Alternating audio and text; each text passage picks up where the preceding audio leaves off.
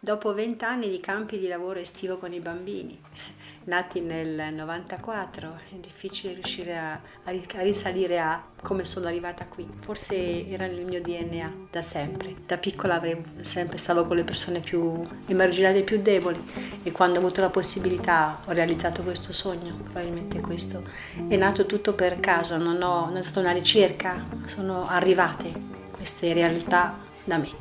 E quindi sono arrivata poi nel 99 a conoscere i Sahrawi dopo un'esperienza di Chernobyl per 9 anni di volontariato, e ho visto la possibilità di poter fare quel volontariato nel territorio, cosa che non potevo fare con Chernobyl, che erano solo accoglienze estive, e quindi mi sono trovata a lavorare poi con la disabilità, prima con Chernobyl, con i bambini sordomuti, con i bambini oligofrenici, con i bambini con leucemia e tumore, e poi con la disabilità generale qui nei campi. Sì, come dicevo, forse era nel DNA, perché mi ricordo che il mio amico era un bambino Down, una ragazzina che il padre stava in carcere, una ragazza più grande quando lavoravo che era un po' emarginata dal gruppo dell'altra gente, quindi ho sempre cercato più queste realtà che non altre più comode forse.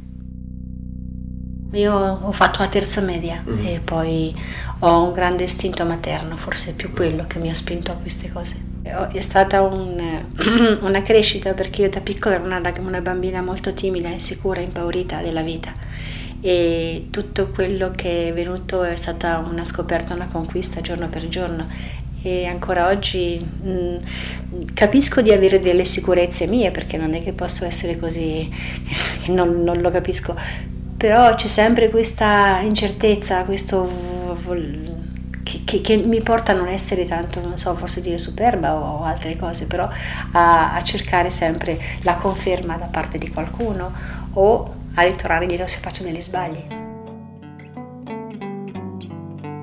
Mi è successo quest'anno, quando a settembre sono stata costretta a vivere per più di un mese nel protocollo, e quindi mi hanno negato la libertà che noi abbiamo da sempre, e mi sono sentita abbastanza frustrata in tutto questo, e pensavo di non riuscire a superarlo, e poi ti rendi conto che loro vivono da 40 anni così, e tu ti senti veramente un po' una persona che fa i capricci su questo, e la cosa è passata. Nel senso che nella prima parte di tutte queste mie esperienze, due poi alla fine, perché con la Russia e con il popolo Sahrawi, all'inizio ho sempre cercato di essere più spettatrice che presente, che attrice, fino ad arrivare al punto dove la parte la conoscevo bene. A volte scopro o mi accorgo di non essere tanto, non so, non dico paziente su alcune cose, però non esce fuori.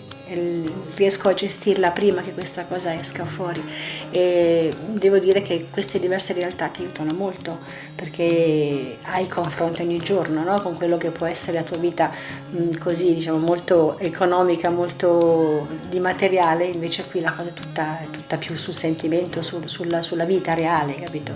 E quindi alcune volte ti scontri con questo, però riesco a gestirle prima che escano fuori. Allora, diciamo che io mi innamoro delle cose, capito? Proprio e metto la passione. È stato un crescendo. Inizialmente non pensavo di fare tutte queste cose, e che da una cosa viene l'altra, e poi pensi a un'altra cosa, e quindi è stata una conseguenza proprio di piccole cose che sono nate. Perché ho scelto i Sahrawi, l'ho detto, non le ho scelte, sono arrivati loro, e mi sono trovata così. Inizialmente neanche tanto bene, perché era difficile proprio vivere con questa realtà.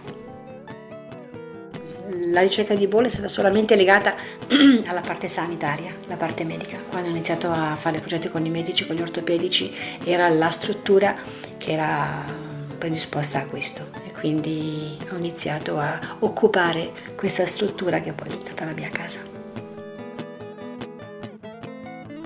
E poi magari, ecco, l'attenzione al particolare è proprio dovuta all'impegno che noi mettiamo nelle cose, perché se un ambiente è costruito bene, accogliente, e penso che il lavoro viene sviluppato anche meglio. E come avrei fatto per casa mia, come avrei fatto per qualche altro centro, come non l'ho fatto mai, però incominciamo a farlo. Cioè proprio cercare di rendere l'ambiente migliore, accogliente, e sviluppare poi in un secondo momento anche il tipo di lavoro che sia all'altezza dell'ambiente che lo accoglie. Questo è stato sicuramente l'impulso principale. E poi man mano che si va avanti si capisce che questa cosa serve alla gente, si lascia un segno, quindi ci dà più forza per poter andare avanti e fare altre cose. La mia vita privata è questa, nel senso che non c'è un'altra vita, sì, non esiste più, cioè, e non ho una mancanza, perché non sto lavorando, nessuno mi costringe a fare questa cosa, quindi questa è la mia vita, non c'è più differenza fra privato, lavoro o sto facendo questo lavoro volontario, e io sto vivendo qui, non sto più facendo un progetto. Il progetto della mia vita alla fine. Certo. Dire che non c'è speranza è brutto e difficile, quindi non dirò mai questa parola perché sarebbe proprio a sotterrare ancora di più il salario sotto la sabbia, quindi diciamo che speriamo che un giorno si possa tornare e io mi metto insieme a loro nel Sahara. Io ho detto che vorrei una casa vicino a Dakhla sulla spiaggia, quindi magari anche una tenda mi basterebbe.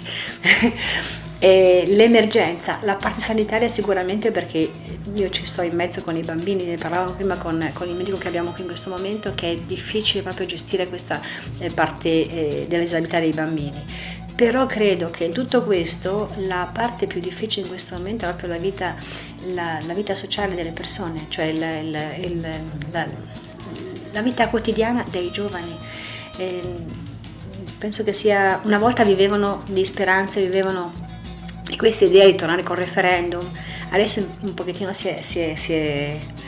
scemata, insomma, questa, e quindi non c'è prospettiva, cioè io non posso pensare alle menti che non possono pensare al futuro, che passino giorno dopo giorno così, senza avere veramente un'idea di quello che sarà il futuro dei loro figli, dove potranno vivere. Una volta era il Sahara occidentale, adesso neanche più la Spagna, l'Italia o altri posti, cioè il niente, il nulla. Questo penso che sia la cosa più brutta.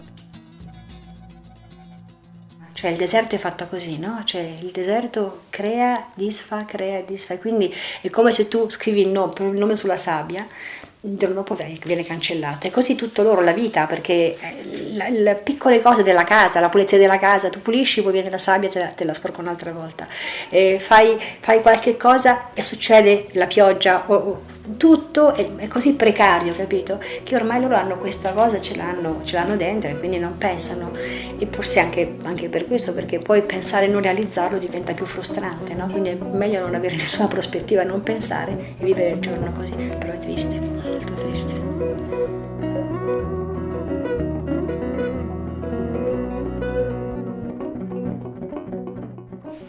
Voglio dire che non vorrei essere da nessun'altra parte, quindi sto bene.